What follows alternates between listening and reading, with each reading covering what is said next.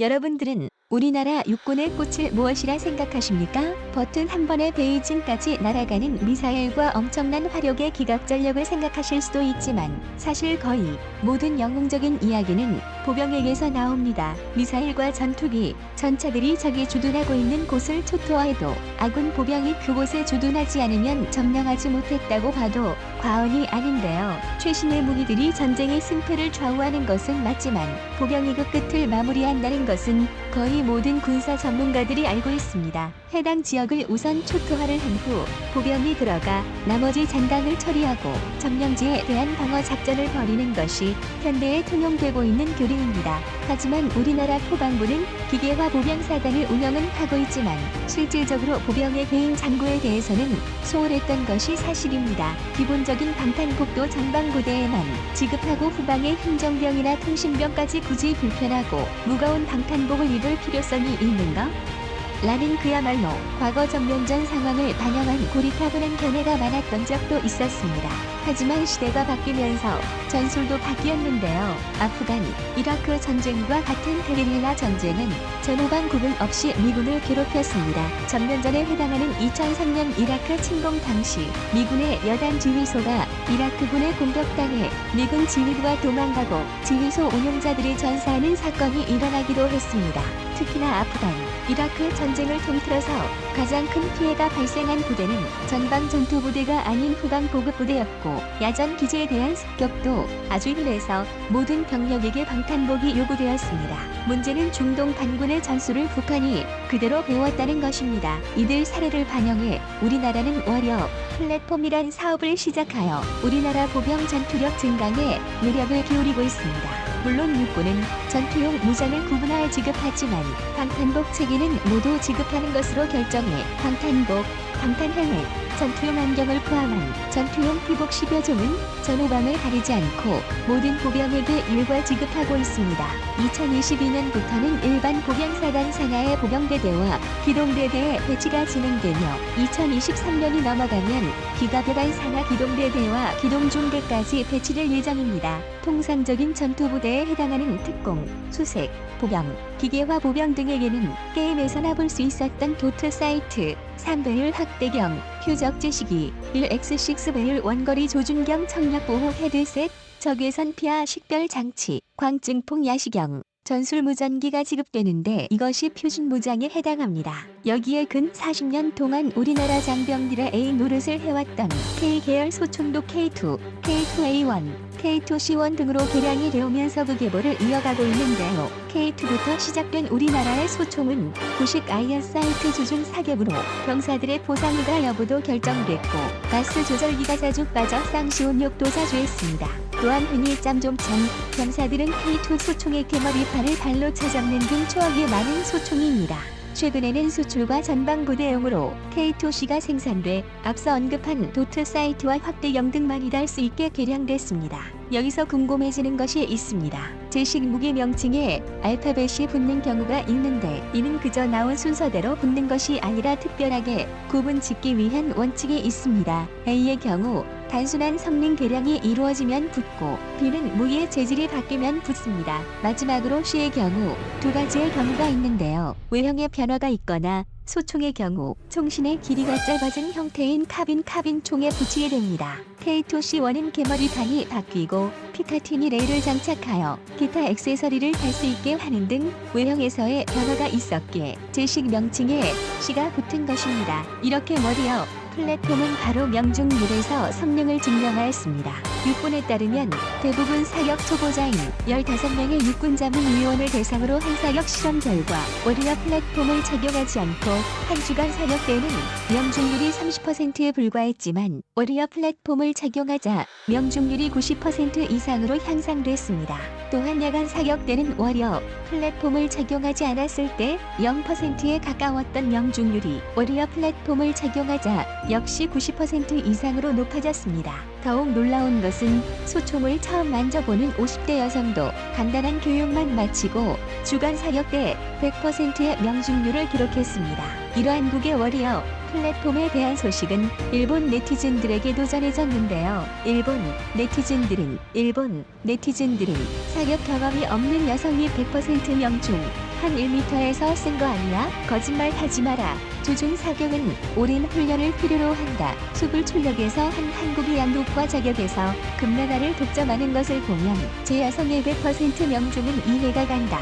한국인은 그런 민족이다라는 등 믿을 수 없다고 하면서도 한국의 사격 재능을 어느 정도 이해하는 사람도 있었습니다. 아이언 사이트로도 만발을 기록하는 한국의 명사수 DNA에 장비빨이 적용된 것입니다.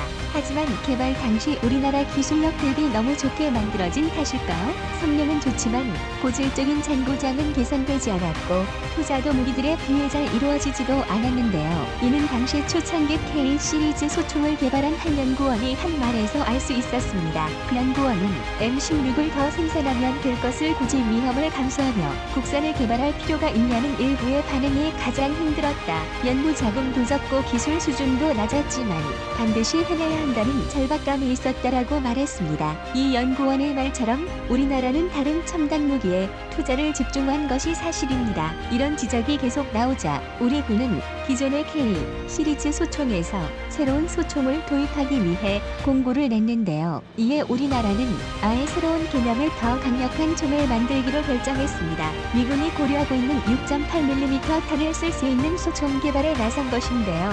그 이유는 5.56mm 표준 나토탄이 관통력이 좋은 대신에 살상력이 약하다는 것을 아프간 이라크 전쟁을 통해 몸으로 느낀 것입니다. 미군이 경험을 얻은 전투 데이터를 분석한 결과 6.8mm 탄을 사용하면 방탄복도 뚫을 수 있으면서 몸 내부에서 파편화가 진행돼 살상력이 높다는 것을 알아냈는데요. 그래서 미군은 6.8mm 탄을 사용할 수 있는 소총을 개발하는데 많은 노력을 기울이고 있는데요. 우리나라도 이러한 전장 흐름에 6.8mm 탄 호환 소총이 필요했고 우리나라 총기 전문 방산업체인 S&T 모티브는 2021 방위산업 부품 장비 대전에 참여하여 6.8mm 신형탄을 사용하는 STR-24 소총을 공개했습니다. 이는 총기 제작업체인 S&T 모티브와 탄약 제작업체인 풍산이 협력하여 개발하고 있는 우리나라의 야심작입니다. 또한 STR-24는 우리나라의 두 방산업체가 아주 작정하고 만들었다고 해도 과언이 아닙니다. S&T 모티브 부산 본사에서 양측 방위사업본부장들을 비롯한 개발 담당자 등이 참석하였습니다. 이들은 이 자리에서 한국형 차세대 6.8mm 소총과 탄약 개발을 위해 협업을 강화하며 국내외 영업 및 홍보 활동 등을 적극적으로 펼치기로 하였습니다. S&T 모티브와 풍산은 2년 안에 한국형 6.8mm 소총을 개발하려는 준비를 하고 있는데요. 왜 기간을 정확히 2년으로 잡고 있는지 의문이 생깁니다. 그 이유는 국내 유일의 소구경 화기 체계를 보유 중인 S&T 모티브와 국내 유일의 소구경 화기용 탄약을 개발, 제작하는 풍산이 차세대 소총 사업 선점을 위한 것과 아시아에서 유일 6.8mm 소총을 만들어 세계 총기 시장에서 우위를 점하기 위험도 있습니다. 어쩌면 이 2년이란 기간 내 미국보다도 빨리 6.8mm 탄을 사용하는 소총을 우리나라가 가질 수도 있는데요. 미국의 NGSW 차세대 분대 화기 사업은 미국 육군이 중량 8.1g의 6.8mm 탄자 규격만 정한 이후 선발된 세계 업체가 독자적인 탄약 규격과 소화기 체계를 내세우며 치열하게 경쟁하고 있습니다. 당시 발표된 사업 내용은 선정된 세계 업체가 소총에 해당하는 NGSWR 53점, 군대 지원 화기에 해당하는 NGSWAR 43정과 84만 5천 발의 6.8mm 탄을 납품할 예정이었습니다. 미국 육군은 납품된 탄약과 소총을 사용해 27개월의 시험 기간을 거친 이후 짧게는 2022년 가능하면 2024년 정도 이후부터 초기 배치를 시작하고자 했습니다만 당연히 코로나-19 사태로 늦어진 상태입니다. 또한 미국 육군은 그동안 수많은 차세대 소화기 사업을 개시한 이후 1년도 못 가서 허무하게 포기하는 바람에 업체들로부터 양측이 소년이란 비난을 받아야만 했습니다. 이는 다른 말로 미군이 6.8mm 소총탄과 이를 사용하는 소화기 체계가 완성되지 않았고 사업이 엎어질 수도 있는데 S&T 모티브와 풍산은 NGSW 규격에 부합하는 6.8mm 탄과 소화기를 2년 안에 개발한다는 사업을 발표한 것인데요. 때문에 일각에서는 아직 정해진 것도 아니고 미국이 사업을 철회할 수도 있는데 너무 성급한 결정이 아니었다는 말도 나왔습니다. 하지만 이런 결정의 이면에는 S&T 모티브와 풍산의 확실한 계산이 있었습니다.